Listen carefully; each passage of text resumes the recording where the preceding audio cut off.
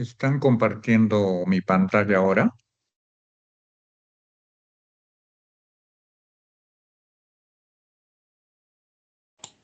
Sí, sí se ve. Ya,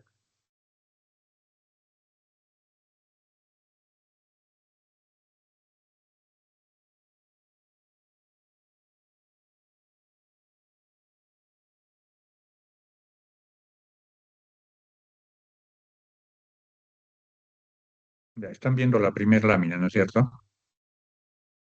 Sí, sí, doctor. Ya.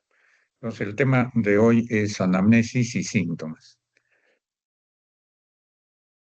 Lo primero a comentar antes de entrar de lleno en anamnesis y síntomas cardiovasculares es hacer una llamada eh, a lo siguiente.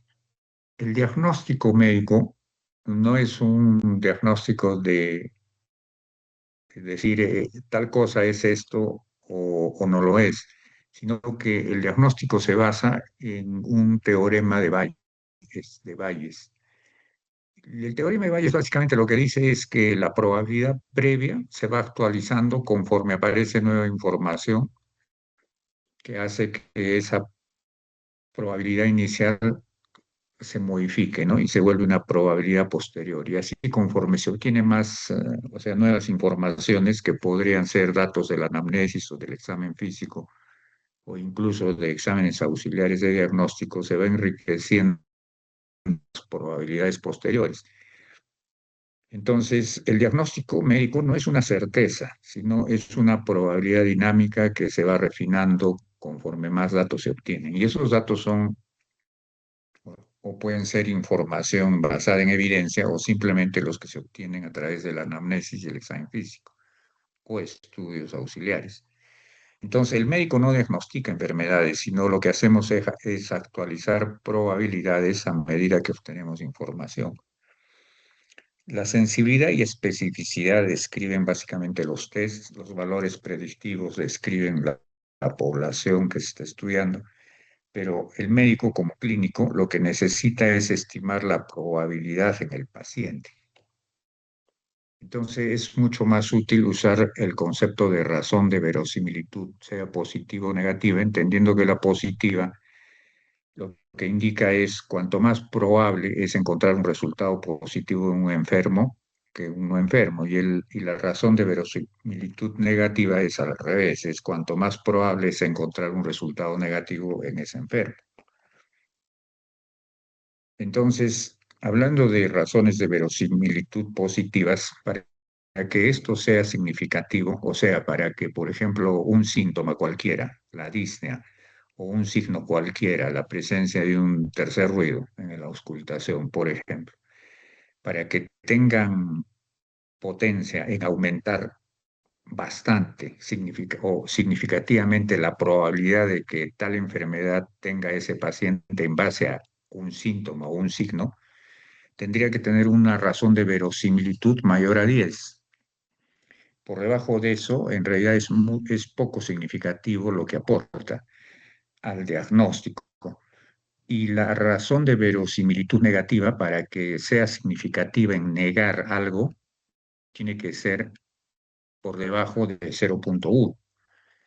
Y aquí he resumido información de algunos de los síntomas o signos más frecuentes de cardiovasculares, donde pueden ver ahí en una columna están las razones de verosimilitud positivas y negativas. Entonces aquí tendríamos que tener 10 o más para decir que, por ejemplo, la disnea, cuánto aporta para diagnosticar insuficiencia cardíaca, y como vemos es alrededor de 2, o sea, está muy lejos de ser 10 o más. Y para que la ausencia de disnea pueda negar la insuficiencia cardíaca, tendría esto que estar debajo de 0,1 y tampoco lo está. O sea, la ausencia de disnea no ayuda a negar falla cardíaca, y la presencia de disnea tampoco es que sea significativo la potencia que tiene para afirmar falla cardíaca. Entonces, eso es lo que dice aquí en relación a estos síntomas o signos. Y como ven, pues el único que tiene una alta utilidad ¿Por qué? Porque la razón de verosimilitud positiva llega hasta 8, o sea, ya se acerca a 10, es la presencia de un síncope, por ejemplo, pero con características de ser cardíaco. Entonces, cuando es un síncope cuya anamnesis apoya que pueda ser cardíaco, sí, tiene de alguna manera bastante potencia para que nosotros hablemos de una probabilidad de que ese síncope es cardíaco en función de los síntomas que hacen pensar eso. Exceptuando ese, todos los demás pues no tienen alta razón de verosimilitud, ni tampoco la negativa ni la positiva, una para afirmar el diagnóstico y otra para negarlo. Sin embargo, hay que saber que las razones de verosimilitud en semiología varían según la población y contexto, o sea, depende mucho de dónde lo estás aplicando, incluso si lo aplicas a un paciente en consulta externa, si lo aplicas a un paciente que ya está hospitalizado, si lo aplicas a un paciente que viene por emergencia, esas razones cambian. Entonces, las razones de verosimilitud en semiología no son números fijos, son aproximaciones nada más derivadas de estudios clínicos que nos permiten cuantificar cuánto pesa un síntoma en el diagnóstico. Y lo mismo podemos aplicar para el signo. En semiología cardiovascular, ningún síntoma aislado tiene una razón de verosimilitud positiva, o sea, para confirmar o hacer un potente diagnóstico mayor de 10, como lo hemos visto.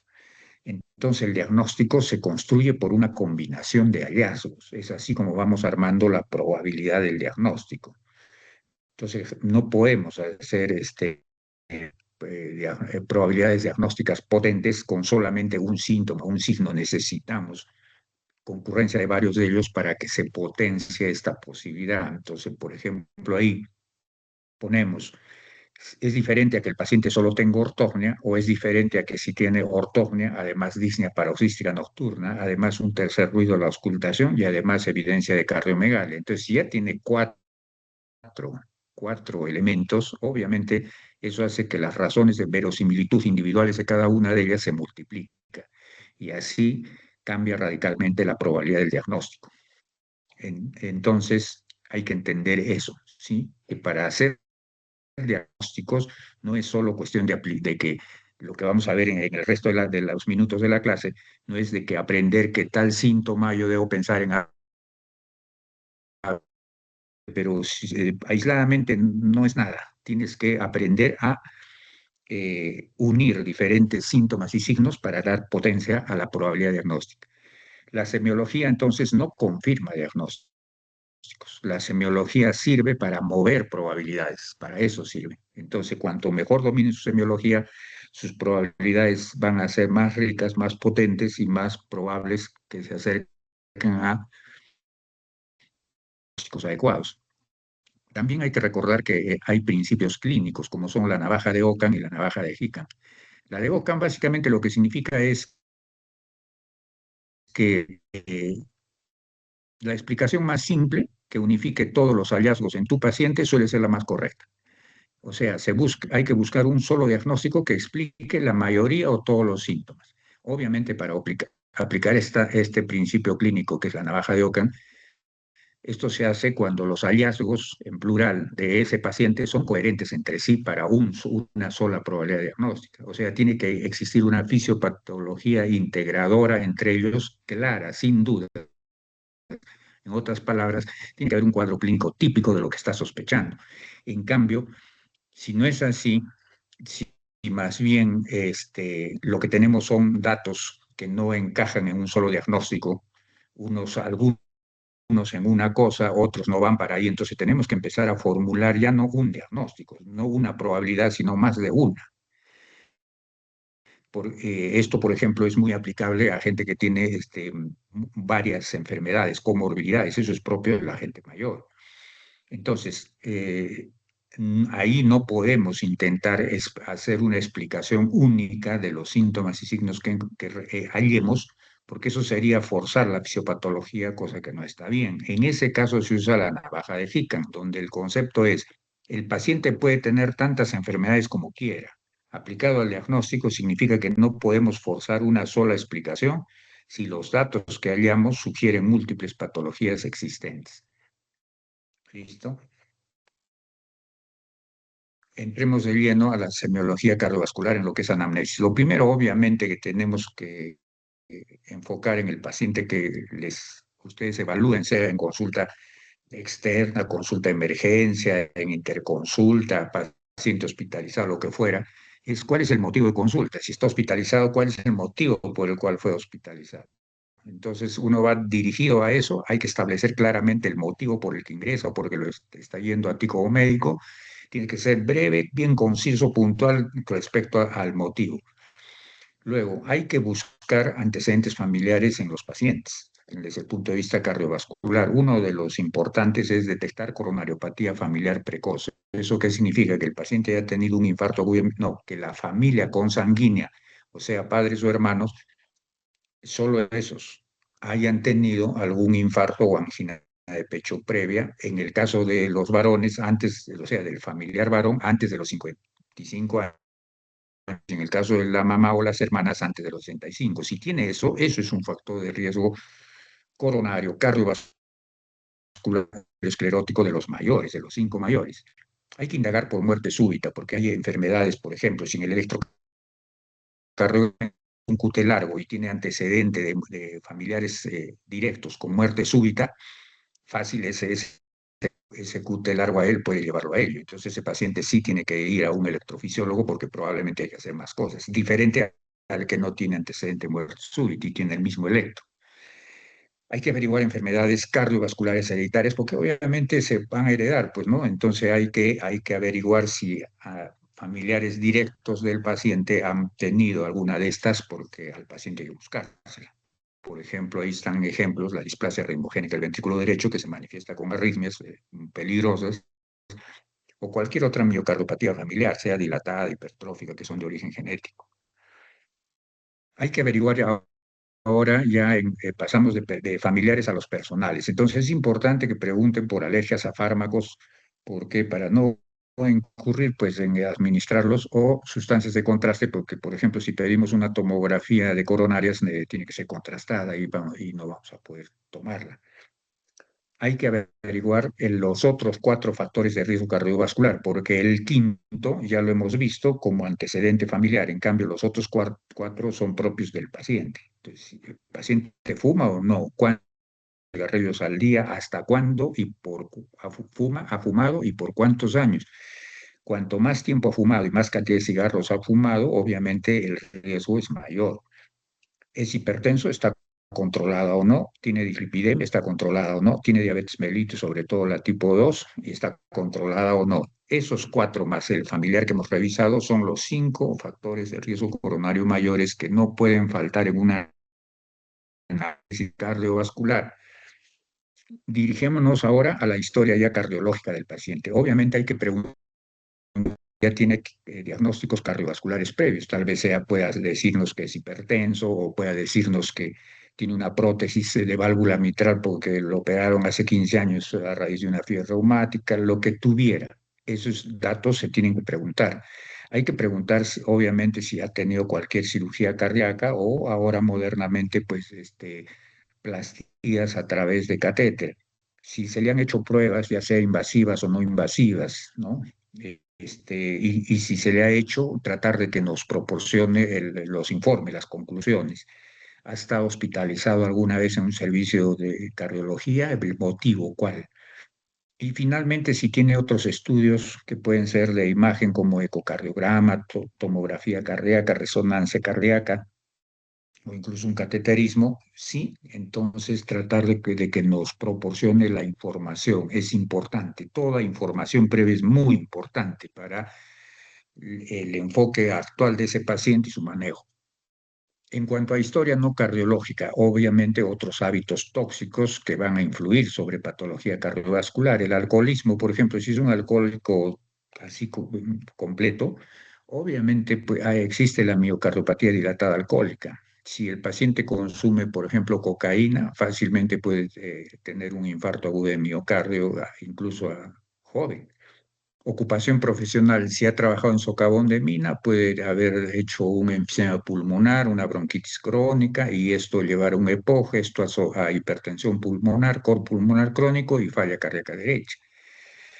Comorbilidades e intervenciones en otros sistemas. Neurológico es muy importante. Si el paciente ha tenido un ACV isquémico, es probable que tenga que ver con arteriosclerosis, entonces, o puede sea por una tromboembolia a partir de una fibrilación auricular que ha disparado un coágulo hacia el cerebro, entonces nos interesa averiguar cosas neurológicas. Reumatológicas igual, por ejemplo, enfermedades autoinmunes como el lupus eritematoso sistémico, artritis reumatoidea, esclerodermia, etcétera, son patologías que tienden a generar hipertensión pulmonar, derrame hepático y problemas al corazón. Endocrinológicamente ni que se diga, la diabetes es brava para dañar al corazón. El hipertiroidismo puede generar arritmias cardíacas, el hipotiroidismo puede generar falla cardíaca, etcétera. Hematológicos, una anemia severa puede inducir angina de pecho, puede inducir falla cardíaca de alto gasto. Oncológicos, los fármacos que usan los oncólogos, o sea, los antineoplásicos, todos son citotóxicos, incluido cardiotóxicos. Generalmente disminuyen la FEBI, o sea, la fracción de eyección del ventrículo izquierdo, y además pueden provocar cualquier alteración al corazón, desde arritmias, problemas valvulares, musculares, del pericardio, etcétera. Igual en oncológicos hay que preguntar si ha tenido un cáncer, tienes que preguntar no solo si ha recibido quimioterapia y en qué fecha, sino si ha recibido radioterapia en la zona donde está el corazón, o sea, por cáncer de mama, esas cosas. ¿Por qué? Porque, por ejemplo, la radioterapia genera patología cardíaca y cuanto más años pasan de haber recibido la radioterapia, hay más probabilidad de que tenga la patología. Entonces, no es que ya pasaron 10 años, ya no, al revés, en el caso de la radioterapia renal, ni que se diga. Sabemos que eh, un problema renal nos puede generar problemas cardíacos hasta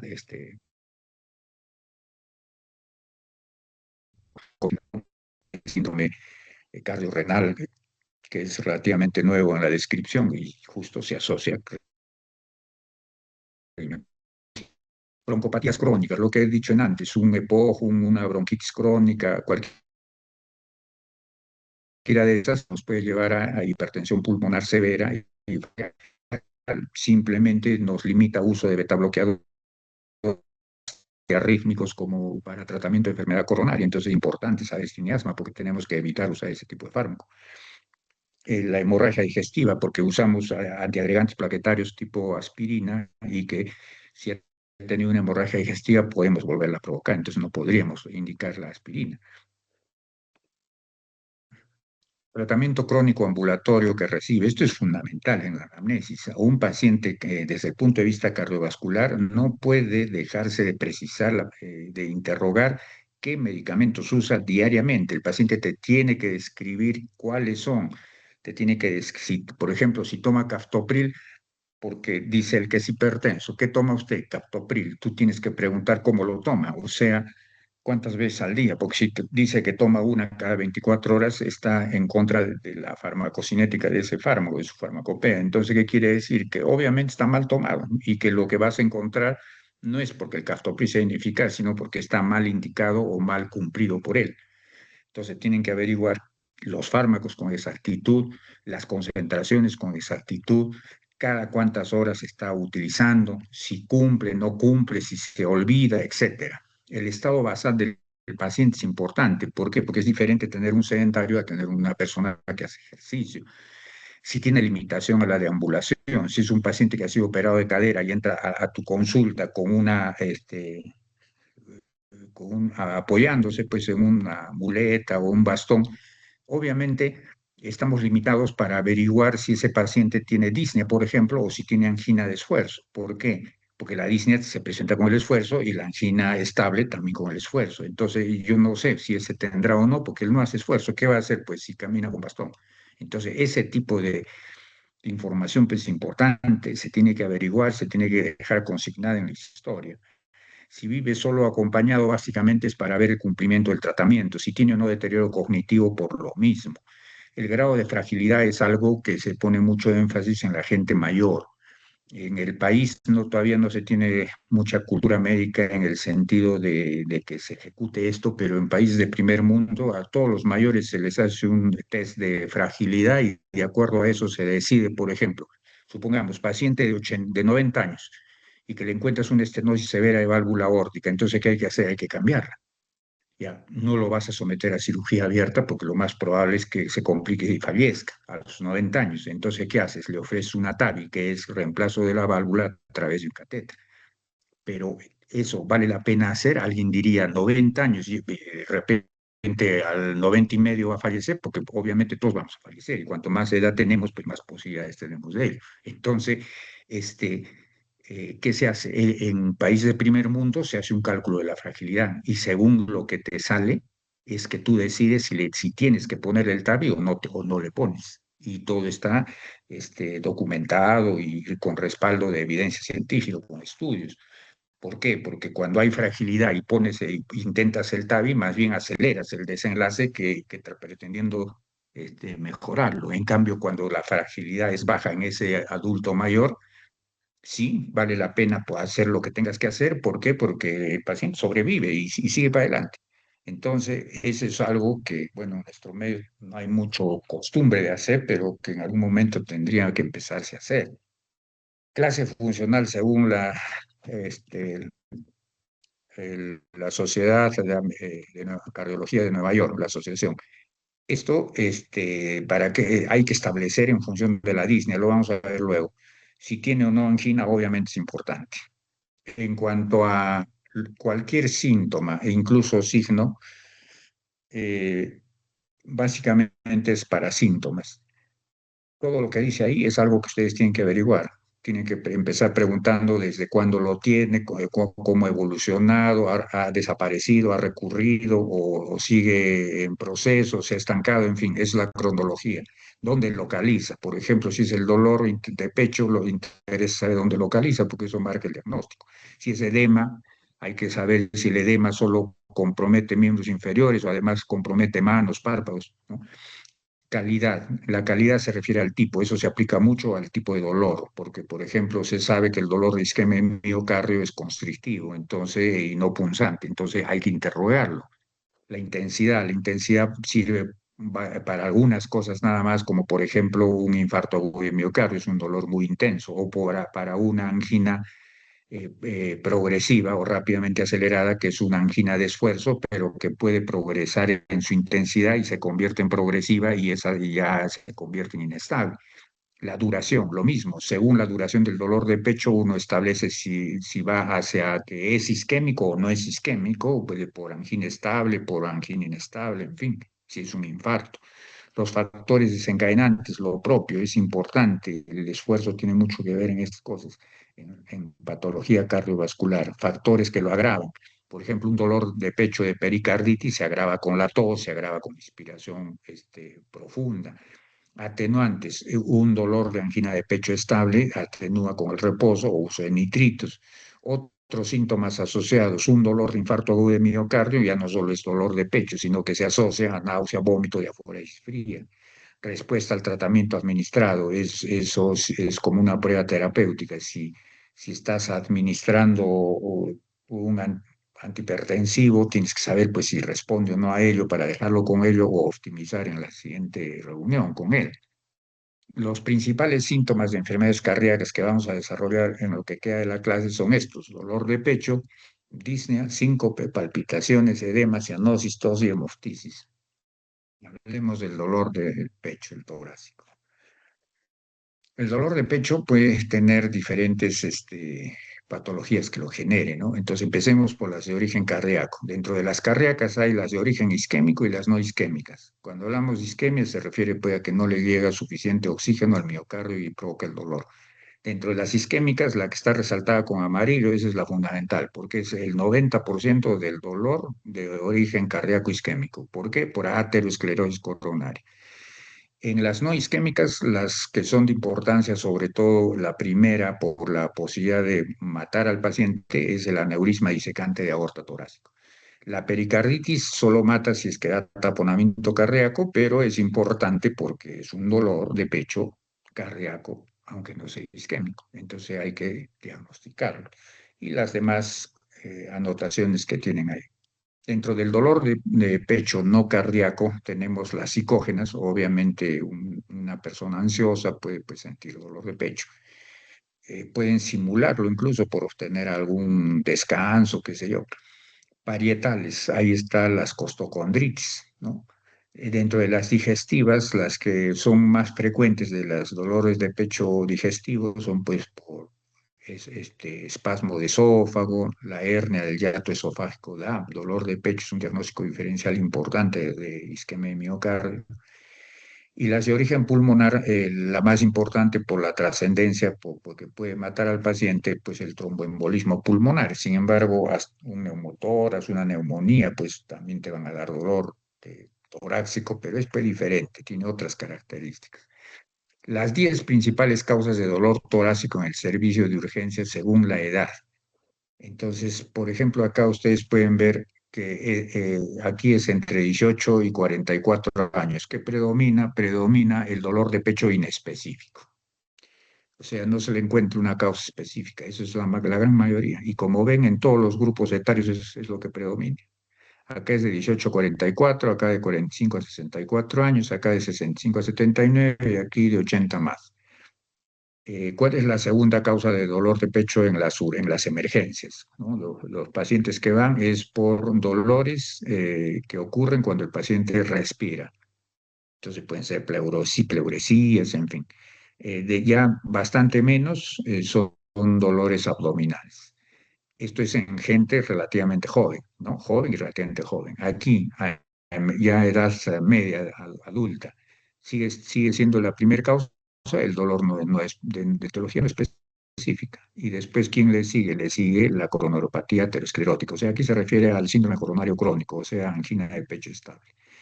En tercer lugar viene el dolor ya de tipo de causa respiratoria. En cuarto lugar viene recién el infarto agudo de miocardio. Entonces, ¿dónde aparece el infarto agudo? Recién entre 45 y 64, no acá. En estas edades de 65 a 79, aparte del no específico, sigue la angina de pecho estable, luego sigue dolor por arritmias cardíacas, casi siempre son taquiarritmias, y luego otra vez aparece el infarto agudo de miocardio. En los de 80 más años, aparte del no específico, está el de la angina de pecho estable y aparece un dolor asociado a falla cardíaca. No es que la falla cardíaca dé dolor, no está descrito como parte del síndrome, pero se asocia a falla cardíaca probablemente por las etiologías. Y luego viene ya el infarto agudo de miocardio seguido de la neumonía. Entonces, esto es en dolores de pecho de tórax agudos, no en los crónicos, son los agudos y que van por emergencia. Hablemos semiológicamente del dolor torácico isquémico. Es de hecho el de mayor importancia. ¿Por qué? Porque tiene una alta morbilidad y mortalidad a través del infarto agudo de miocardio. Entonces, el 90% de este dolor va a ser aterosclerótico. Semiológicamente se divide en dos síndromes, el coronario crónico, donde está la angina de pecho estable, y el coronario agudo, donde está la angina inestable, y el infarto agudo de miocardio en sus dos variedades. Además, hay muerte súbita por ese mecanismo. Hablemos del dolor isquémico. Semiológicamente, ¿cómo tienen ustedes que aprender a reconocer? De todas de las 5 características que básicamente tiene, son dos las que son comunes a todos los dolores por isquemia y miocardio, sean por síndrome coronario agudo, sean síndrome coronario crónico, sean por aterosclerosis o sean de origen no aterosclerótico. ¿Qué es lo que tienen en común esa isquemia de miocardio? La localización y el tipo. La localización es un dolor que está en el eje central, quiere decir que está en el epigastrio, a cualquier nivel de las áreas retroesternal, cara anterior de cuello, maxilar inferior, hombro, brazo izquierdo o precordio. Esa es localización. ¿Y cuál es la otra característica para decir que es isquémico? Es el tipo de dolor o calidad del dolor. ¿Cuál es su tipo? Es constrictivo, o sea, opresivo, a veces urete. ¿Listo? Esas dos son los que van a permitirles a ustedes sospechar que el paciente que les dice que le duele el pecho está correspondiendo eso a una patología donde está curando isquemia de miocardio, sea aguda, sea crónica, sea aterosclerótica o no aterosclerótica. Las otras características del dolor de pecho son las que permiten distinguir entre esos elementos que les estoy diciendo. O sea, Tendremos que averiguar qué lo desencadena, con qué atenúa, cuánto dura, en algunos casos ayuda a la intensidad y la frecuencia de presentación. Entonces, aquí tenemos la angina de pecho estable, que es el síndrome coronario crónico, que está originado por una placa de ateroma estable. Esta no se rompe, esta simplemente da isquemia porque no, esa luz disminuida que tiene y no hay reserva coronaria cuando el sujeto hace ejercicio, esfuerzo físico o una emoción que equivalga a ello, básicamente es esfuerzo físico. Entonces aumenta tanto la necesidad de oxígeno por el miocardio y por esta luz estrecha que tiene no le llega, pues. Entonces entra a usar ciclo de Krebs, ácido láctico, dolor de pecho. O sea, él corre, le duele el pecho, se detiene, pasan 5 minutos y cesa el dolor de pecho. ¿Listo? Esa es la característica semiológica. Entonces, acuérdense que la angina de pecho estable no la van a diagnosticar con un electrocardiograma, no va a haber alteración en el examen físico, no va a haber elevación de troponinas, el diagnóstico es por anamnesis. Entonces, aquí está en la última guía de síndrome coronario crónico, tenemos esto, acá está la clínica, esto es clínica, síntomas, anamnesis. Entonces aquí lo que dice es que el tipo y localización, que ya lo hemos revisado, el eje central, hombro, brazo izquierdo o precordio, el tipo constrictivo, a veces surente, desencadenado por esfuerzo físico, básicamente, y se alivia con reposo o uso de nitritos entre los 5 a 10 minutos. Empieza ya a los 5 minutos, pero puede durar el dolor 5 a 10 minutos. Esto es un equivalente anginoso. ¿Qué es eso? Es un síntoma de isquemia de miocardio que no es dolor, por eso se llama equivalente anginoso. ¿Y cuál es? Hay varios en realidad, pero la guía ha colocado disnea. Entonces es una disnea que se desencadena con el esfuerzo, cesa en 5 a 10 minutos que el paciente se detiene. O sea, tiene las mismas características del dolor, pero en este caso es disnea. Se le asignan puntos, luego que se valoran los 5 factores de riesgo coronario que ya hemos revisado. ¿Qué tienes que preguntar? ¿Es hipertenso? ¿Es diabético? ¿Tiene dislipidemia? ¿Fuma? ¿O tiene coronariopatía familiar precoz? A cada uno de ellos se le va dando un punto. Entonces aquí se puede tener de 0 a 5 puntos. Acá se puede tener de 0, aquí un punto por cada fila y aquí 2 puntos a la Disney, 5. Acá va de 0 a 5, acá va de 0 a 5. Entonces, de acuerdo al puntaje que sale acá, tú lo pones o en este grupo o en este o en este. Vamos a suponer que tenga 2 puntos. Entonces nos quedamos en el medio. Luego determinas qué sexo tiene. Vamos a suponer que es mujer. Entonces aquí pones cuántos factores de riesgo tiene, estos que has averiguado. Suponte que tenga 2, entonces le toca acá, porque este es de 2 a 3. Y luego ves la edad. Si tiene 60 años, entonces es aquí, y ¿qué le sale? 6%. Y el colorcito ya te dice que eso es una baja probabilidad de cardiopatía coronaria obstructiva. Entonces, ¿qué quiere decir? Que los pacientes, por ejemplo, con baja o moderada probabilidad, tienen indicación de hacerles una angiografía coronaria por tomografía computarizada. En cambio, si le hubiera salido en, acá en 3%, nada, un simple electrocardiograma basal y ningún otro estudio. ¿Listo? Para eso sirve esta tabla, es de la última guía de síndrome coronario crónico vigente. ¿De qué hemos hablado? Angina de pecho estable. Ya saben cómo reconocerla entonces. La localización y tipo es la que hemos dicho. Se desencadena con esfuerzo físico, cesa con el reposo y dura 5 a 10 minutos. Listo. No olviden, equivalente anginoso, disnea. Angina de pecho inestable. Esta es parte del síndrome coronario agudo, ya no es crónico. Acá ya no es una placa estable. Acá, como ven, es una placa que se ha roto por actividad lítica inflamatoria. Al romperse ha formado un trombo que ha ocluido parcialmente la luz y eso genera que sin necesidad de hacer esfuerzo, esto solo se rompe por actividad lítica inflamatoria que se activa en la placa vulnerable y de pronto el paciente puede estar en reposo y arranca el dolor anginoso en reposo. Nuevamente se diagnostica por anamnesis. La mayoría de ellos tienen un electrocardiograma normal y las troponinas son normales. ¿Cómo van a reconocer semiológicamente? La localización y el tipo es igual a la otra, porque ya hemos dicho que eso es común a todos. ¿Qué es lo que difiere? Que esta es de reposo, no va a ser con ejercicio, aunque el ejercicio puede romperla también, pero básicamente es de reposo, tiene que haber de reposo. No calma obviamente con el reposo y su duración es mayor que el otro. El otro iba de 5 a 10 minutos, este va de 20 a 30 minutos. y tienen que haber por lo menos 2 episodios típicos de angina de reposo en 24 horas o más incluso, y nunca más de 48 horas. Esta es la típica angina inestable, es una angina de reposo. Ahora, tenemos otras 3 variantes de angina inestable. ¿Y cuál es la característica que hace que este grupo sea un solo grupo? Esto de acá, que el 10 al 20% de todas ellas van a infarto agudo de miocardio en esas horas o días, por eso hay que reconocerlas. La angina de reciente inicio, primera presentación, es una angina de esfuerzo, solo que es una angina que ha empezado a ocurrir no más de 2 meses atrás y que está siendo frecuente. Por la frecuencia de presentación en ese lapso de tiempo, que es menos de 2 meses, se afirma que es severo. Y entonces este paciente es inestable y de hecho va a entrar a hacerle o una angiografía por TC, o sea, tomografía computarizada, o la convencional con catéter. La otra es una angina progresiva rápidamente acelerada. Es una angina de esfuerzo. Ya están a punto de decir que es la anterior, la estable. Pero le preguntan, ¿y desde cuándo? No, no. Esta progresiva es una angina de estable de tiempo. Puede tener meses o años.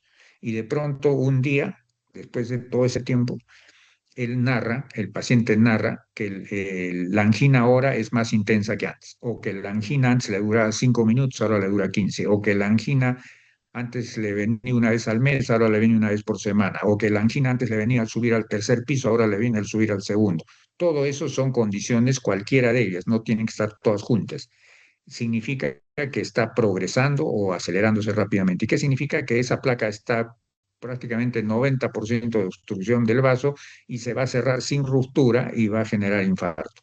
Nuevamente es un paciente que tiene que ir a angiografía por TC o convencional por catéter. Angina posinfarto es la más grave, es la que ocurre dentro de las 2 semanas que ha ocurrido un infarto. Entonces eso significa que se viene un segundo infarto en un músculo que recién está recuperando, el paciente va a fallecer en shock cardiogénico. Entonces este paciente sí o sí tiene que entrar de urgencia a cateterismo de frente.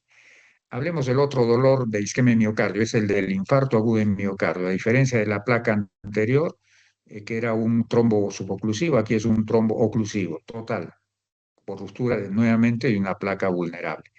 El cuadro clínico es muy similar al de la angina inestable. ¿Cuál es la diferencia? Que dura más de 30 minutos y es mucho más intenso que el otro. Esa es la diferencia. Además, se acompaña de náuseas o vómito y de aforesis fría. El diagnóstico, a diferencia de la angina estable y la inestable que se hacían por anamnesis, no se puede diagnosticar por anamnesis. La anamnesis lo único que hace es alertarnos su posibilidad. Entonces, ¿cómo se diagnostica? El de certeza es con elevación de troponina en curva, quiere decir que tienes que tener por lo menos 2 análisis separados, 1 o 3 horas entre ellos, que muestren que se han movido 20% uno respecto al otro. Entonces, eso es elevación de troponina en curva, pero uno no va a esperar pues todo ese tiempo para empezar su tratamiento. Uno lo empieza con el electrocardiograma. La guía dice que tienes 10 minutos para tomar el electro, leerlo y arrancar el tratamiento. Entonces ahí tienen los 2 tipos de infarto. El no ST elevado es donde más bien lo que hay es un infradesnivel del ST. En cambio, el ST elevado es y llamado también Q porque se inscribe Q.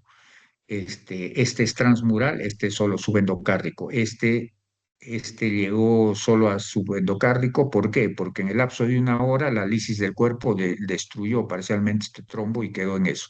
En cambio, este es porque nunca se destruyó dentro de la primera hora o incluso después. ¿Listo? Acuérdense este tema de que el dolor de pecho por infarto, incluso los de las anginas, puede ser atípico. ¿En qué grupos? En los diabéticos, en los ancianos y en las mujeres. Entonces tengan cuidado cuando tengan un paciente con dolor de pecho en esos grupos poblacionales. Condiciones que pueden confundirse con un síndrome coronario agudo. ¿De qué estamos hablando? Angina inestable e infarto agudo de miocardio. Pericarditis. La pericarditis es un dolor que básicamente ocurre en el reposo nocturno. El paciente encuentra alivio cuando se levanta, camina y le pasa. Se vuelve a recostar y vuelve a ocurrir. Se exacerba el dolor de la pericarditis con la tos y con la inspiración forzada, profunda. La disección de aorta, o sea, es un aneurisma aórtico. Esto es catastrófico porque en el primer mundo tienen opción, en nosotros muy poca opción. Es un dolor desgarrante, no es opresivo, es un dolor desgarrante, muy intenso, puede moverse, puede empezar en la espalda, puede empezar en la cara anterior del tórax, se va para la espalda o al revés. Hay diferencia de presión entre brazos de 20 o 30 milímetros, puede haber, no necesariamente. Una placa de tórax puede mostrar un ensanchamiento del mediastino. Embolia pulmonar, tromboembolismo pulmonar, desde los cuadros leves que pasan inadvertidos hasta los masivos que matan al paciente. Su cuadro clínico es pleomórfico, sin embargo, básicamente se caracteriza a los que se logran diagnosticar por la aparición de un dolor de pecho asociado a disnea de aparición súbita y con hiposaturación de oxígeno. ¿Listo? Neumonía, ya todos deben tener una idea de cómo es una neumonía. El neumotórax, pues, lo vas a asociar, aparte del dolor, lo vas a asociar. Este es un dolor en punzada de costado. Pero este dolor de acá hay en el donde está el neumotórax, pero cuando pones el esteto, pues es sonoro. Gastrointestinal, un espasmo esofágico puede generarlo. La colecitis aguda puede confundirlos. Disnea es otro de los síntomas. Es la sensación de falta de aire que el paciente siente y que lo incomoda. Puede tener varias causas.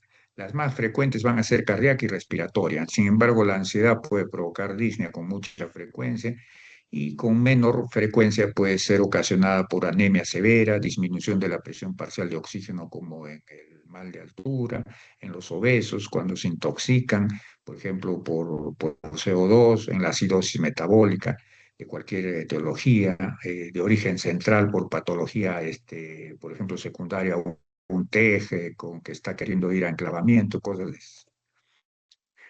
Disnea cardíaca. La disnea cardíaca básicamente es por insuficiencia cardíaca izquierda congestiva y eso implica, ¿cuál es la madre del cordero ahí? La elevación de la presión diastólica final del ventrículo izquierdo. Eso puede ocurrir por dos mecanismos, tanto en la disfunción diastólica del ventrículo, patologías que generan sobrecarga de presión al ventrículo izquierdo, como estenosis aórtica severa, hipertensión arterial sistémica, elevan la presión diastólica final del ventrículo.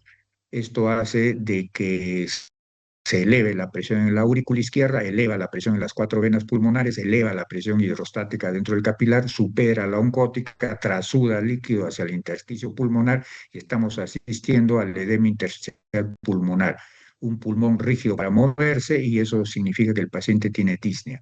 Si el líquido se mete entre el alveolo, ya tenemos un edema alveolar pulmonar y aparece un signo, crépitos pulmonares, estertores de fina burbuja inspiratorios en la base de los pulmones.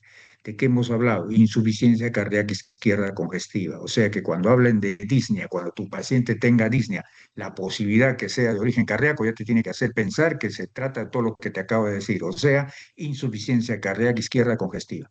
¿Listo? Ya está. La disnea, en el año 1964, la Asociación de Cardiólogos de Nueva York la usó para hacer una clasificación que le llamaron la clasificación de la capacidad funcional o clase funcional. Esta está tan vigente que incluso está incorporada en la última guía de insuficiencia cardíaca europea, con mayor razón en la norteamericana. Entonces, sigue válida.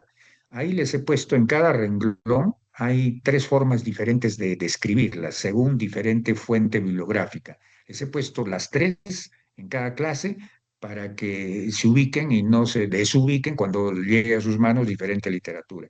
Yo me quedo con la una que es para mí muy simple. Clase funcional uno es la Disney de grandes esfuerzos, la que todos nosotros tenemos y es normal. Clase funcional 2 es la disnea a medianos esfuerzos, o sea, caminar rápido, subcaminar en pendientes, correr levemente, subir gradas al segundo piso, eso ya es a medianos esfuerzos.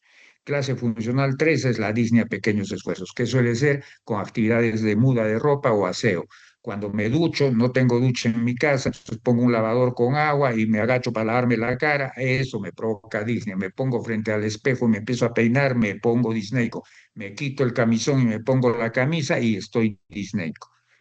Y la disnea de reposo no es ortognia, esta no puede ser de decúbito dorsal, esta tiene que ser una disnea, paciente sentado, sin conversar, sin deglutir y está disneico.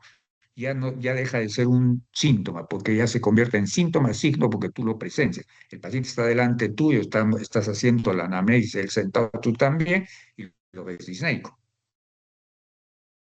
Ortopnia es la disnea del decúbito, que aparece inmediatamente, el paciente adquiere el decúbito y desaparece inmediatamente, lo abandona. ¿Cuál es su fisiopatología? Cuando el paciente adquiere el decúbito, un buen volumen de sangre que estaban en una reserva, que está en el territorio esplácnico y en los miembros inferiores, bruscamente retorna hacia la circulación y aumenta el retorno venoso, o sea, la precarga. Cualquiera normal lo maneja bien, pero un paciente que tiene insuficiencia cardíaca, acabo de decir hace un rato, tiene hipertensión venocapilar pulmonar. Esta se aumenta aguda y fuertemente cuando el paciente se echó, porque su precarga aumentó bruscamente. ¿Qué hace? Se pone disneico. Entonces se sienta y se le retira. ¿Por qué? Porque otra vez la precarga disminuye. ¿Listo? Esa es la causa. No es patognomónica de falla cardíaca. Puede haber por problemas respiratorios, en un derrame pericárdico, patología respiratoria. Obviamente otro mecanismo. El mecanismo de la ortopnia en la falla cardíaca izquierda congestiva es el que acabo de describir.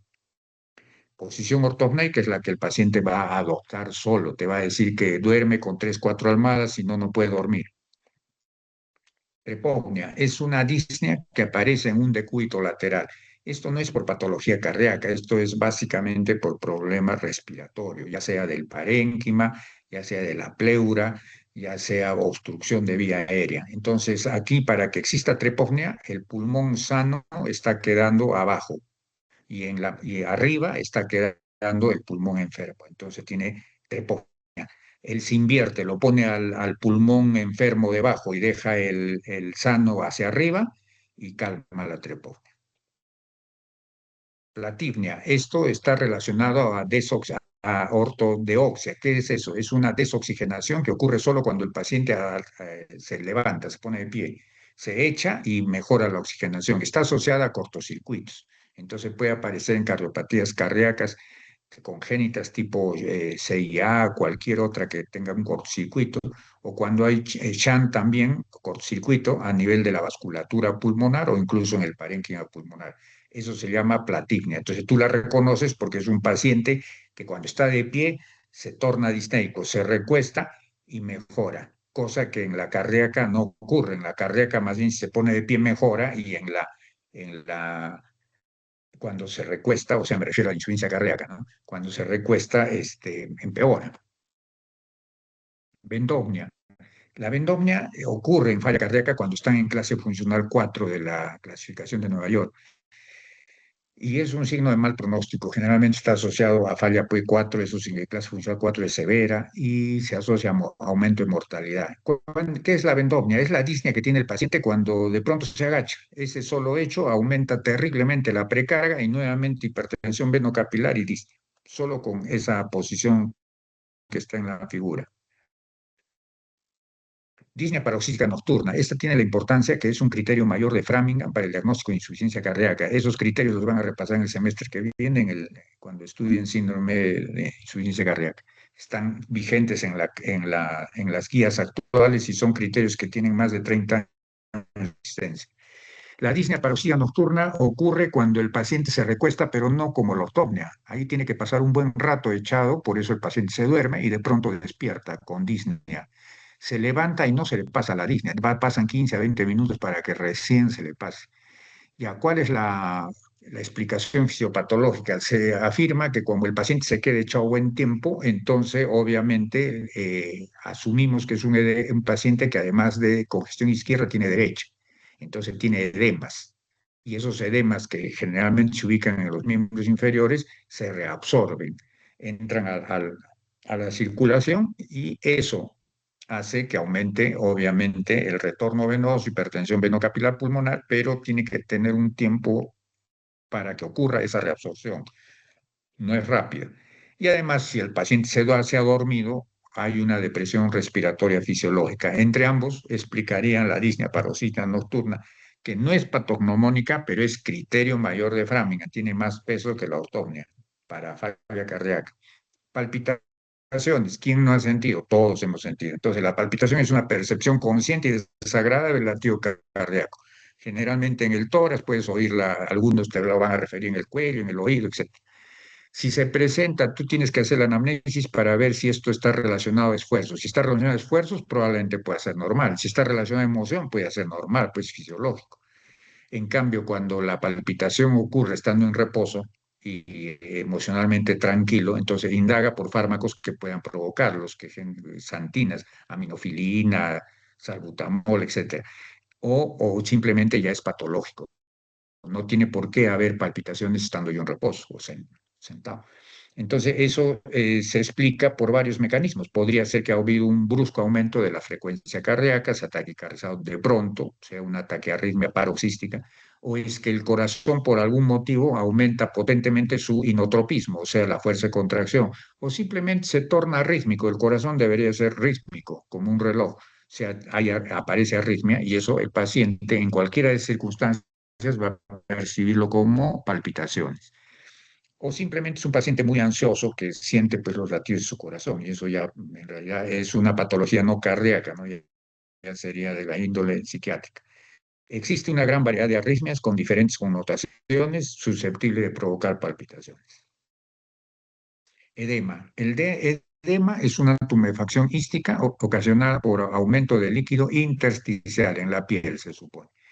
Las causas, ahí están las cuatro principales causas fisiopatológicas. En primer lugar está por que disminuye la presión oncótica, porque ya hemos dicho, en el capilar, en este caso ya no es pulmonar, sino como dije antes, sino este es el capilar sistémico.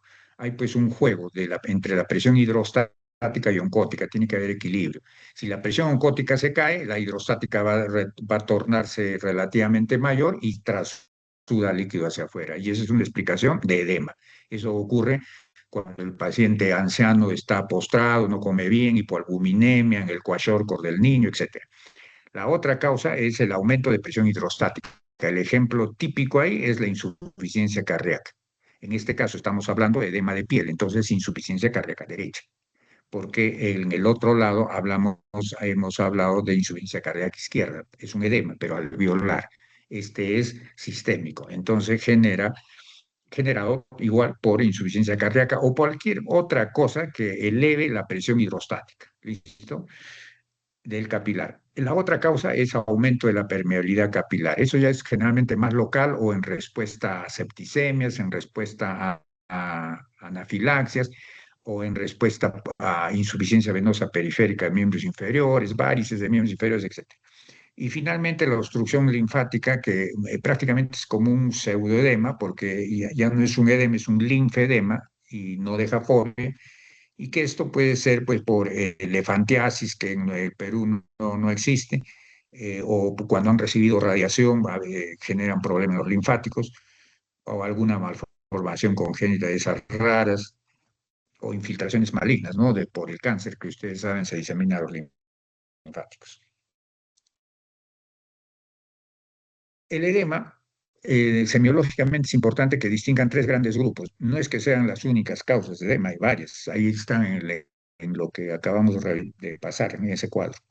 Pero las que son de vital importancia y no pueden pasar nunca por alto son el edema de origen cardíaco, de origen renal y de origen hepático. El de origen cardíaco, casi siempre estamos hablando de insuficiencia cardíaca derecha. Entonces, tiene características que tienen que aprenderlas, tienen que interrogar a su paciente. Una es que obedece a ley de gravedad. Entonces, un edema que empieza en los pies, puede subir a malleolos, tercio distal de piernas, puede subir a muslos, toma genitales externos, toma periabdominal, manos, brazos, cara, anasaca. Eso es el grado más severo del edema. Pero no es lo usual, pues, no es lo frecuente. Lo frecuente es que el edema cardíaco tome miembros inferiores. ¿Ya? Es vespertino, quiere decir que aparece por la tarde, o simplemente aparece en la mañana, amanece con una cruz de edema y en la tarde es tres cruces, o en la mañana no hay edema al despertar y en la tarde, a la mediodía ya empezó, o ya se nota y en la tarde mucho más.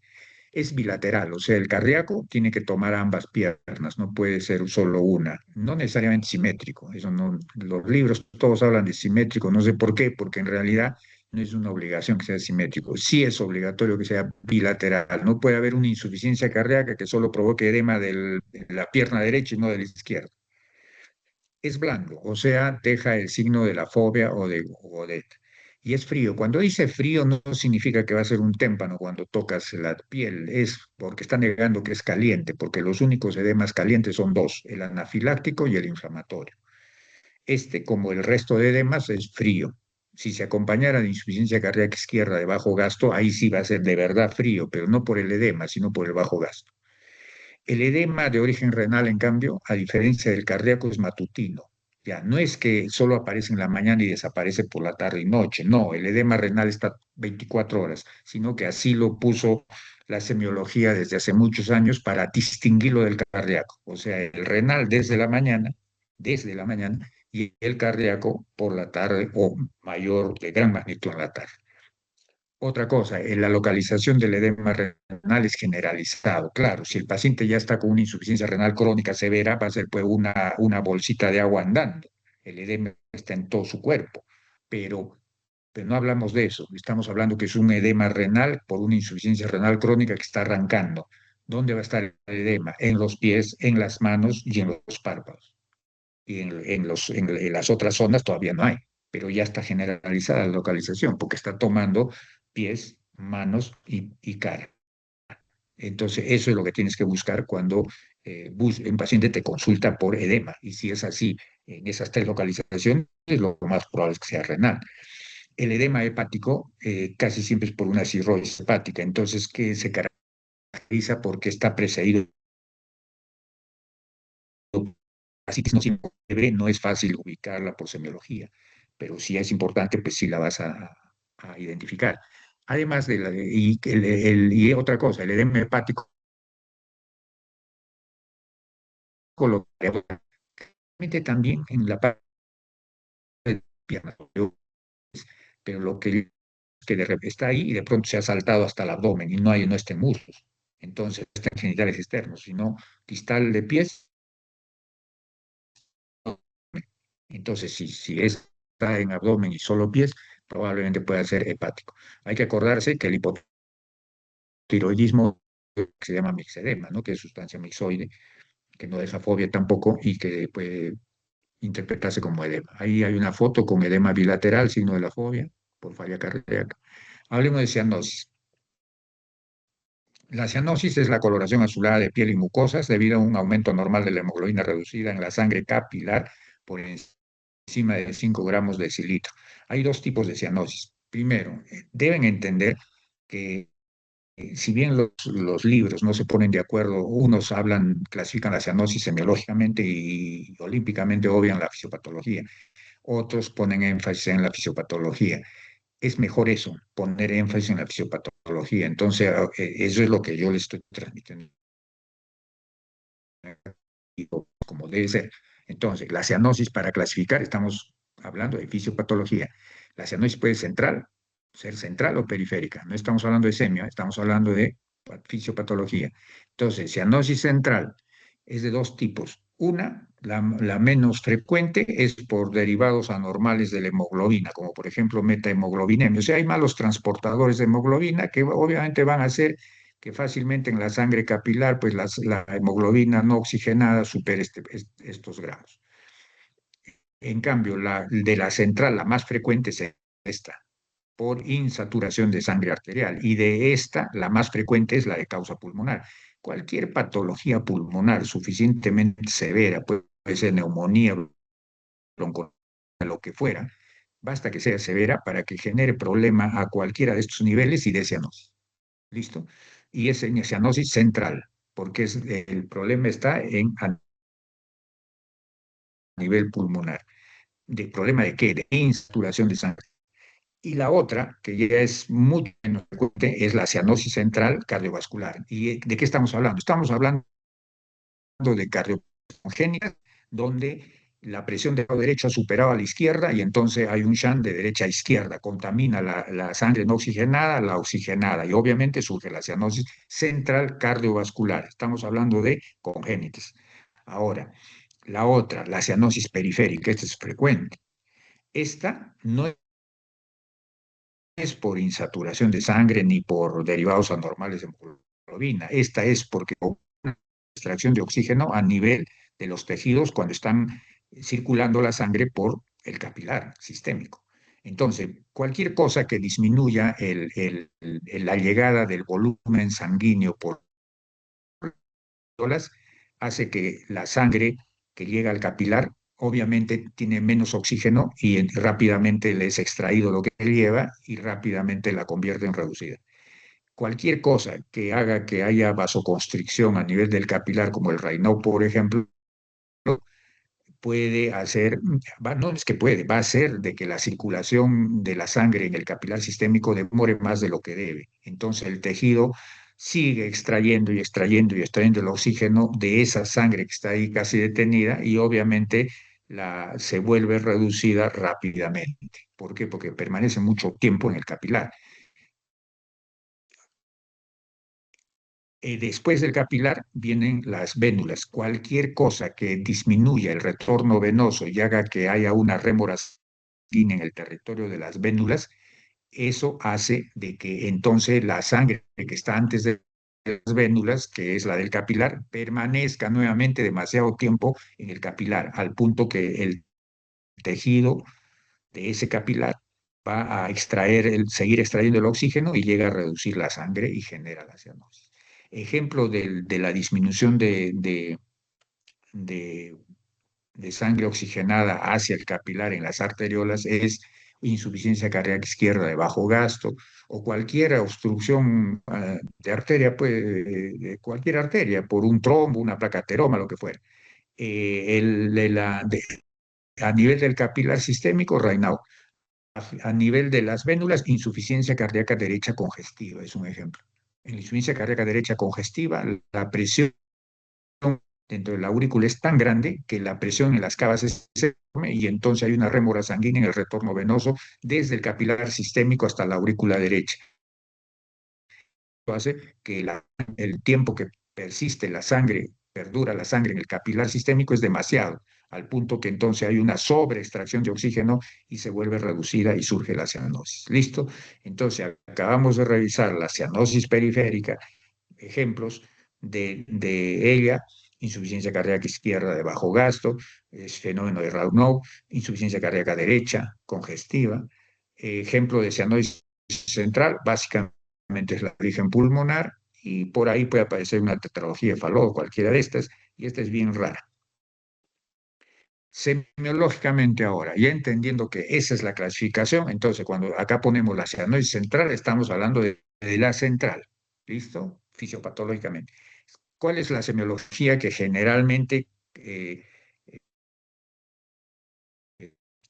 se contradiga, sino más bien es coherente con esta? La cianosis central se caracteriza porque es generalizada. ¿Eso qué quiere decir? Que todos toman labios, por ejemplo. Es caliente. Cuando dice caliente, no es que tú le vas a tocar los labios o los dedos y están calientes, es que no están fríos. Por eso a eso se refiere con caliente. Compromete mucosas, o sea, labios. Se acompaña de acropaquia. Acropaquia es esto, dedos en palillo de tambor, uñas en vidrio de reloj y cianosis. Pero con acropaquia, esto significa hipoxemia central de 2 años o más. Ojo, esto es diferente a la cianosis periférica. En la cianosis periférica hay cianosis, pero no hay uñas en vidrio de reloj, no hay dedos en palillo de tambor, no hay acropaquia en la periférica, solo hay cianosis. Entonces, no confundan. Entonces, la acropaquia es parte de la cianosis central. Mucosas, puede mejorar con oxígeno. Le pones oxígeno nasal y disminuye la cianosis de labios y de los dedos. En cambio, le pones calor local aquí, una telita tibia acá, y no mejora para nada la cianosis de los dedos. ¿Por qué? Porque es central, pues. ¿Listo?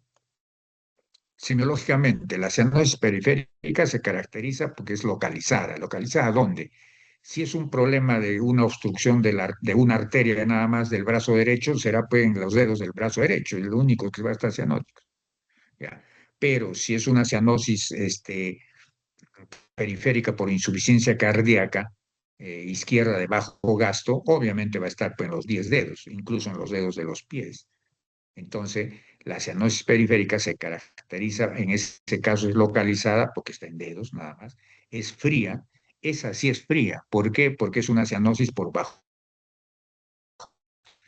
y a esa le pones un paño caliente acá y mejora con el calor local. Este paciente no tiene acropaquia, son uñas pintadas.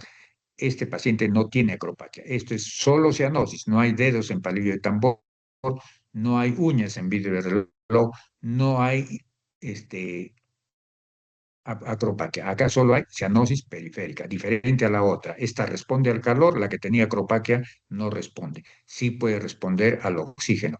A esta periférica le administras oxígeno por cánula binasal y no mejora, porque es periférica. La cianosis mixta es que pueden tener ambas. Por ejemplo, un paciente con un cor pulmonar crónico es un paciente con bronquitis crónica. Por eso tiene una cianosis central, pero encima ha hecho ya cor pulmonar crónico, hipertensión pulmonar severa, ha hecho falla cardíaca derecha. Y esa falla derecha ha provocado cianosis periférica.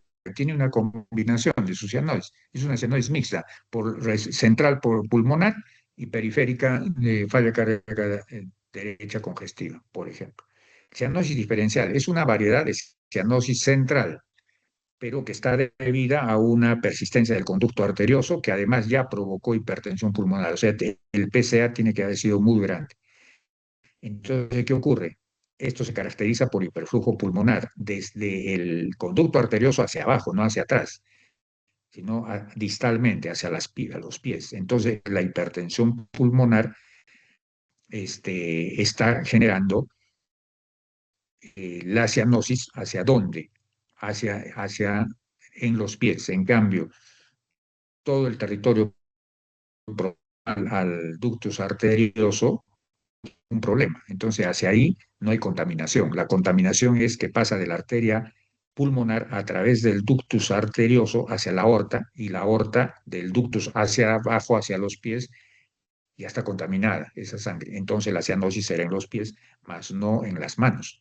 ¿Por qué? Porque no hay en las manos, sí en los pies. A eso se conoce como cianosis diferencial. Es propio y es central. ¿Por qué central? Porque es una cianosis por cardiopatía congénita con shunt de derecha a izquierda, pero solo en las manos. El síncope es la pérdida transitoria, obviamente no va a ser traumática, pérdida transitoria de conciencia y tono postural. Por eso el paciente se cae porque relajan los músculos. De inicio rápido, breve duración, son segundos, máximo un minuto, minuto y medio, no va a durar más, con recuperación espontánea y completa. O sea, cuando se recupera, el paciente no debe tener síntomas neurológicos. El paciente no puede decir que se ha quedado con diplopía, que se ha quedado con visión borrosa durante media hora, una hora, porque eso ya no es un síncope. Tiene que resolverse por completo, de forma espontánea, breve duración, que son segundos, máximo un minuto y medio, no más. Inicia con rapidez y es obviamente transitoria la pérdida de conciencia y el tono postural. ¿Listo? ¿Cuál es la fisiopatología? Se debe a hipoperfusión cerebral general y esto ocurre cuando hay hipotensión arterial sistólica entre rangos de 50 y 60 milímetros de sistólica, eso provoca síncope. ¿Listo? Cuando el paciente hace el síncope, es la manera de auxiliarlo, o sea, ayudar a que el oxígeno llegue al cerebro y no está, donde se desmaya, lo levantan y luego cuando vienen a ti como médico y tú dices, ¿qué ha pasado? Se ha desmayado. Tú le dices, es primera vez, tú estás preguntando por semanas, meses, años atrás, otros 5. Y te dice, no, doctor, se ha desmayado 3 veces. Claro, se ha desmayado 3 veces porque no acababa de llegar oxígeno al cerebro y la levantaba. Obviamente se tenía que desmayar pues 3 veces, quien le está desmayando es el auxiliador. ¿Listo?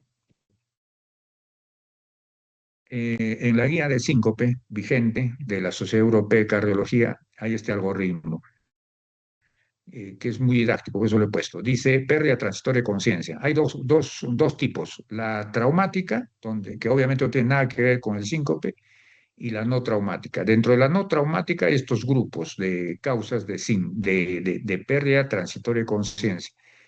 En este lado han puesto la más frecuente y hacia allá las menos frecuentes. ¿Cuál es la pérdida transitoria de pérdida transitoria de conciencia no traumática más frecuente? El síncope. ¿Cuál sigue? La epilepsia. ¿Cuál sigue? El psicógeno. El psicógeno no es pérdida de conciencia por hipotensión, ¿ah? Acá no hay hipoflujo, no hay hipoperfusión cerebral, hipotensión, no. Es un pseudosíncope, es una pseudo pérdida de conciencia. El paciente, dándose de cuenta o no, nos está dando a entender que se ha desmayado, pero en realidad, ¿hasta qué punto se ha desmayado? ¿Ya? Este es el psicógeno. De este grupo 5P hay causas psicógenas que desmayan, pero es 5P de verdad.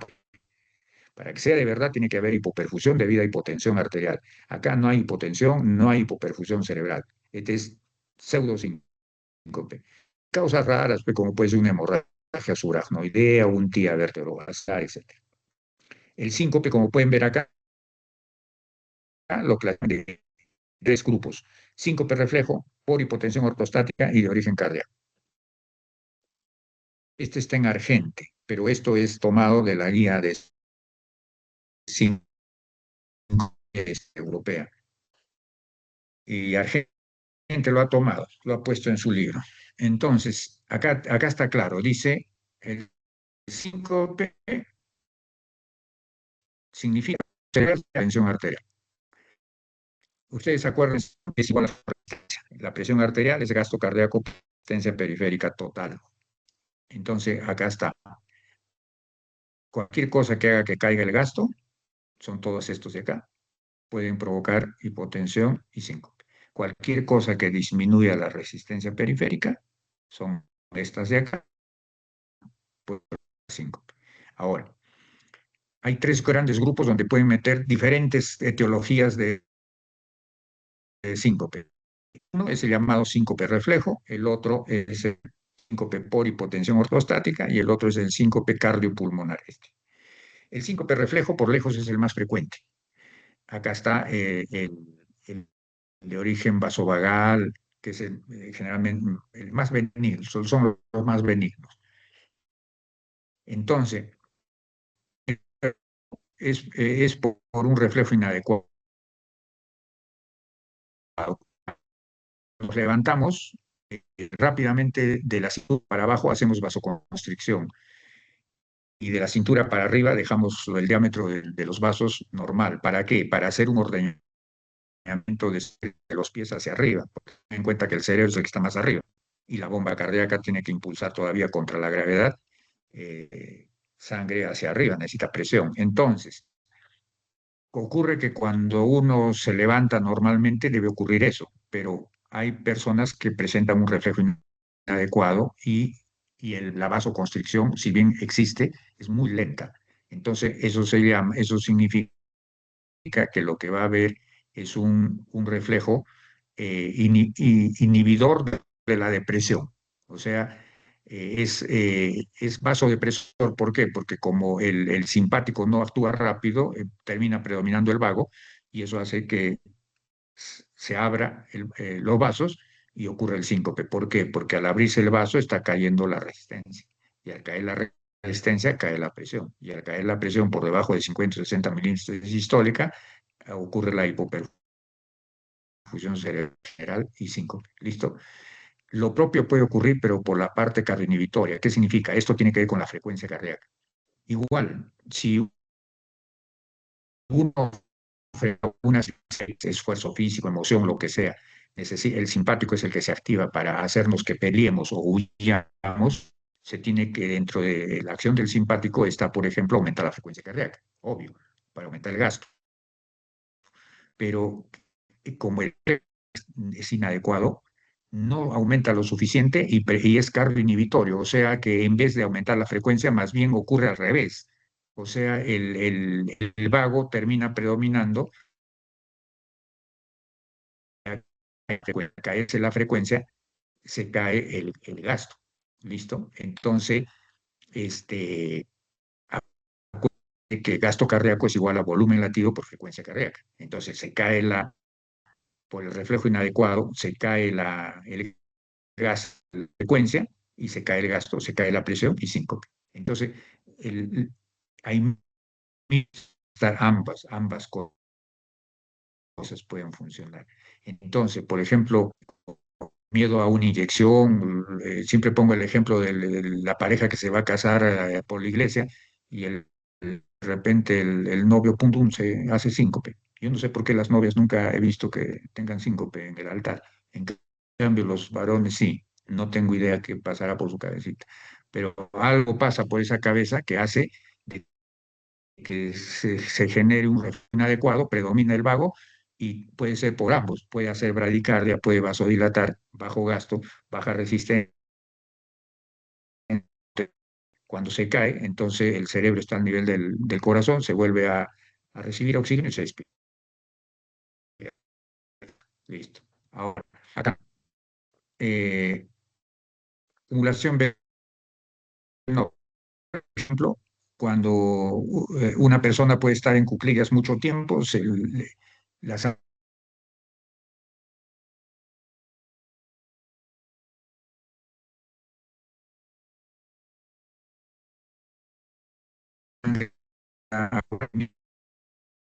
al corazón para que haya un buen llenado de aurícula, de ventrículo y un latido normal, para que haya un buen gasto. Pero no ocurre, pues, ¿por qué? Porque se ha acumulado, se ha secuestrado en la sangre venosa un buen volumen. Entonces el retorno venoso cae, y si el retorno venoso cae, cae la precarga y el gasto se cae, y hay hipotensión y síncope. Depresión de volumen, diarrea, vómitos profusos que no son restituidos rápidamente, hemorragias, cualquier cosa que deplete volumen hace que el retorno venoso caiga, precarga cae, gasto cae, presión cae, síncope. Daño estructural del sistema nervioso autónomo, o sea, disfunciones autonómicas, fallas autonómicas. Primaria, ejemplo de esto, el Parkinson, por ejemplo. Ejemplo de secundaria, esto puede ser a diabetes, a otras enfermedades que se meten que generan disautonomía, o sea, un desbalance entre el simpático y el parasimpático, que terminan haciendo que predomine el vago y la resistencia caiga, y por ese mecanismo se genera. Disfunción autonómica nuevamente con predominio de vasodilatación y caída de resistencia por fármacos. ¿Cuál? Los antihipertensivos. La mayoría de antihipertensivos son vasodilatadores. Los antidepresivos también caen la resistencia. Entonces, fármacos pueden generar síncope. Y aquí los cardíacos, arritmias en bradicardias, 30 por minuto. O sea, frecuencia cae, cae el gasto, cae la presión, síncope. 200, 220 por minuto. Es tan acelerado que el, el gasto cardíaco se cae. ¿Por qué? Porque la diástole dura nada. Entonces no baja sangre de la aurícula al ventrículo, el ventrículo ya no eyecta 70 centímetros de volumen latido, eyecta 10, el gasto se cae y síncope. El daño estructural severa genera síncope, insuficiencia aórtica severa genera síncope. Otros, aquí están metidos los pulmonares, como son tromboembolismo pulmonar, hipertensión pulmonar severa, son capaces de generar síncope a través de este mecanismo. Entonces, como hemos revisado, acá están tratando de englobar las diferentes condiciones que pueden llevar a síncope, o bien lo hacen cayendo la resistencia, o mixto en ambos. Ahí en la guía de síncope están los tres grandes grupos, o sea, el síncope reflejo, el síncope por hipotensión ortostática y el de origen cardiovascular. Aquí es cada uno de ellos. Entonces, en el reflejo está el vasovagal, ¿no? Que es, por ejemplo, cuando el paciente está mucho tiempo de pie y de pronto hace, pues, hemos visto que de pronto pasos y ocurre el síncope. El emocional, este es el que les decía, el psicógeno, pero este es verdadero, pues, síncope, porque aquí la emoción, la parte psíquica, hace que el paciente se hipotense y produzca la hipoperfusión cerebral. ¿Por qué? Por miedo, por pánico, por instrumentación, fobia a la sangre, o sea, todo lo que es emocional. Situacional, hay pacientes que tienen síncope miccional, cuando degluten, al defecar, cuando tosen, por estornudo, a veces por ejercicio, a veces al tocar instrumentos de viento o cuando se ríen extremadamente. El síndrome del seno carotídeo, masajeas el seno carotídeo y ocurre un síncope neuromediado porque el vago se estimula. Formas atípicas. ¿Por qué dice atípicas? Porque una característica semiológica del síncope reflejo es que tiene pródromos, y los pródromos son visión borrosa, hormigueo, sensación de desvanecimiento, sudoración fría. Este es atípico porque no tiene pródromos, y eso más bien hace pensar que puede ser eléctrico cardíaco por bloqueo AB, enfermedad del nodo sinusal, donde su característica es que no tenga pródromos. Sin embargo, este puede terminar siendo un reflejo nada más y era atípico. ¿Listo? Este es por hipotensión ortostática, entonces por acumulación venosa que puede ocurrir durante el ejercicio, después de las comidas, después de un largo reposo en cama, inducida por fármacos, ya dijimos, depresión de volumen, dijimos, disfunción autonómica primaria, dijimos el Parkinson, enfermedades neurológicas, ¿no? Atrofia sistémica múltiple, etcétera. Disfunción autonómica secundaria a diabetes, amiloidosis, lesiones de médula, neuropatías, etcétera. Y aquí el de origen cardíaco básicamente puede ser por bradicardia severa, taquicardia severa, cardiopatía estructural, donde está lo que les dije, la estenosis severa, y válvula aórtica, insuficiencia aórtica severa, y aquí la cardiopulmonar, que es el tromboembolismo pulmonar, hipertensión pulmonar severa. Esto es para que cuando tengan tiempo y ganas, porque nunca más van a hablar de síncope. El semestre que viene no tocan síncope en semio. En Medicina 2, cuando les enseñamos al siguiente año, tampoco tenemos capítulos, nunca más van a hablar de síncope. Por eso me estoy más o menos extendiendo, porque es bien frecuente. Entonces, para que tengan una idea, ya ustedes lo revisen, ¿no? Las características clínicas que los puede hacer sospechar cuándo es reflejo, cuándo es polipotencia ortostática. El cardíaco, ya esto es básicamente cardiología, o sea, arritmias, patologías, pero estos, que son de hecho los más frecuentes, de pronóstico más benigno que el cardíaco, estos son los que hay que tratar de tenerlos en cuenta y aprenderlos para que enfrenten los síncopes. Hemoptisis es el esputo de sangre o eliminación de sangre pura proveniente del tracto respiratorio con accesos de tos, color rojo escarlata, líquido, espuma precedida de un hervor traqueal. Las causas, tenemos pulmonares, cardiovasculares y misceláneas. Dentro de las pulmonares, por lejos, pulmonar, bronquiectasis. Dentro de las cardiovasculares, piensen en infarto pulmonar y aneurisma disecante de aorta torácica. Misceláneas, se usan warfarina, otros anticoagulantes, enfermedades propias de diátesis hemorrágicas de la coagulación. Listo, jóvenes. Esta es la bibliografía en la que ha avanzado la clase. Entonces, si tienen alguna pregunta, háganla. Si no, damos por acabada la clase.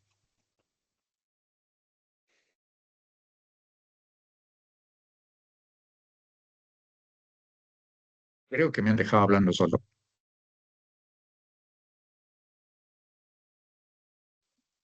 Qué, qué barbaridad. Rosan, pues, por favor. Alison, Doctor, muy buenas noches. Una compañera está levantada la mano, así que si no me quedo no, María Fernanda. allá, a ver, allá, que hable, por favor. Es que yo sigo en mi pantalla, habla nomás, no estoy viendo la mano. Sí, doctor, buenas noches. Eh, Acerca de el hola. síncope que no tenía pródromos, ¿podría repetir cuál eran, por favor? Ya. A ver, mira, cuando hay síncope, semiológicamente uno tiene que tratar de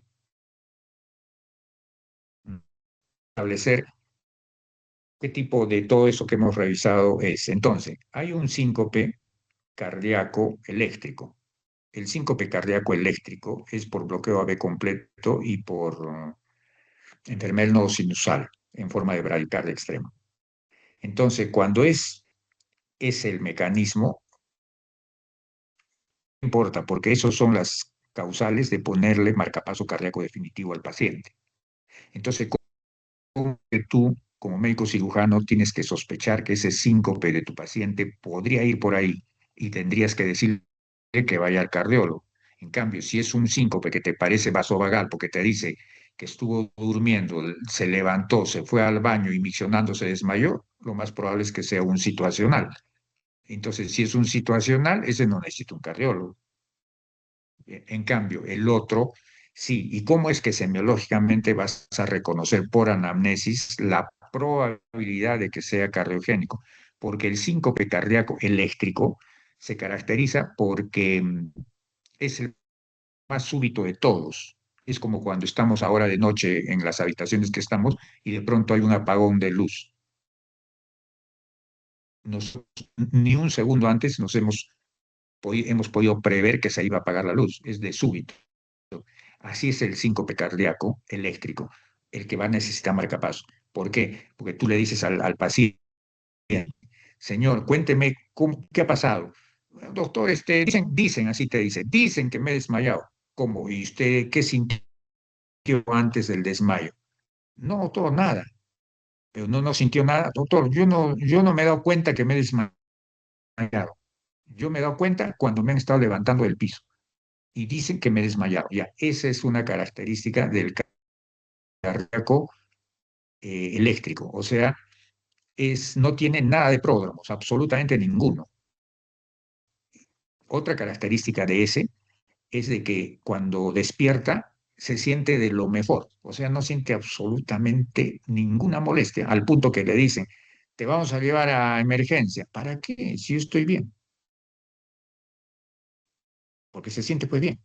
Y lo que es más, él ni cuenta se ha dado que se ha desmayado, sino que lo están levantando y le dicen, ¿te has desmayado? ¿Me he desmayado? Sí. Ese es cardíaco, eléctrico. Ese tiene que ir al cardiólogo, el cardiólogo le hace Holter y trata de demostrar que tiene bloqueo AV completo, enfermedad no sinusal, una de ellas, y se le pone un marcapaso definitivo. En cambio, la mayoría de síncopes son vasovagales. Esos son benignos. Y todos los vasovagales tienen pródromos. Y los pródromos puede ser que empiezan a ver visión borrosa, este, sudoración fría, hormigueo, sensación de que se van a... O sea, los vasovagales dan tiempo a que el paciente incluso se proteja, trata de apoyarse en algo, le avisa al que está al lado, oye, me voy a desmayar. En cambio, el otro no avisa, el otro es de golpe. ¿Listo? Pero acuérdense lo que les he dicho al comienzo de la clase, ¿eh? Que todo es probabilidades y que la razón de, de verosimilitud, ninguno, incluido, aunque se acuerdan que el 5 era justo el cardíaco, el que se aproximaba a 8 de razón de verosimilitud positiva, es el que tiene más alta probabilidad de apoyar, pero ¿qué? Que te diga que él no se ha enterado que se iba a desmayar, eso, y que encima cuando se levanta, se recupera, se siente lo más bien. Ese es el que tiene alta probabilidad de que sea cardíaco, y sí tiene, has visto cuando hemos nada es absoluto en medicina. ¿Y por qué? Por eso, pues, porque las razones de verosimilitud no existen mayor de 10 para afirmar y no existen por debajo de 0,1 las negativas para negar. Entonces todo es juego de probabilidades y ahí está el arte de la medicina, ahí está el arte de ustedes de que tienen que jugar con un síntoma, el otro, en este caso en el síncope, las características del síncope. Hay otro síncope cardíaco que más bien es de esfuerzo. ¿Cuál? Es la estenosis severa de válvula aórtica. Cuando la estenosis de la válvula aórtica es severa, hay una triada clínica. Solo cuando es severa, si no, no. Uno de los elementos de la triada clínica es síncope de esfuerzo. O sea, el paciente cuando tú le preguntas, ¿por qué viene? Me he desmayado. Cuente cómo ha sido y te va a decir, estuve corriendo y me he desmayado. Ese es ya no es eléctrico, sino es un síncope probablemente cardíaco, por ejemplo, por estenosis severa de válvula aórtica.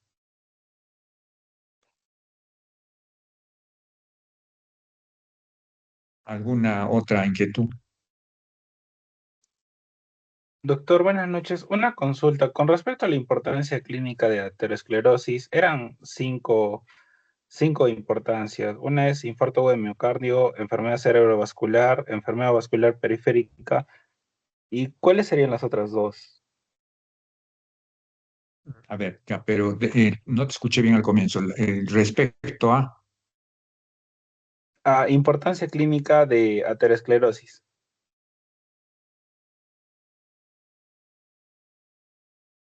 Ya. La aterosclerosis clínicamente tiene cuadro clínico. No lo hemos tocado ahora directamente, pero ya que estás preguntando, lo diremos. La aterosclerosis es infarto de miocardio, infarto cerebral, infarto de arterias mesentéricas, infarto de arterias periféricas, o sea, brazos y piernas, y aneurisma de aorta abdominal, que termina disecándose, ¿no? y rompiéndose. Esos son los 5. Esa es la manifestación clínica de la aterosclerosis, o sea, infarto cardíaco, infarto cerebral, infarto de arterias mesentéricas, infarto de arterias periféricas, o sea, brazos y piernas, y aneurisma de aorta abdominal. ¿Alguna otra inquietud?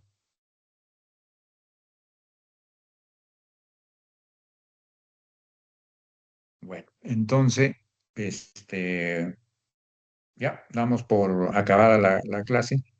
Listo, jóvenes, que tengan buena noche. Chao, Alison. Eh, Hasta luego, doctor. Antes de que se desconecte, ¿me podría enviar las diapositivas para enviarle a mis compañeros? Y muchas gracias, doctor, por tomarse Sí. su tiempo y explicarnos de la mejor y excelente manera. Muchas gracias. Muchas gracias. Sí, en este momento te las paso entonces, ¿ya? Por el WhatsApp te las paso. Gracias, doctor.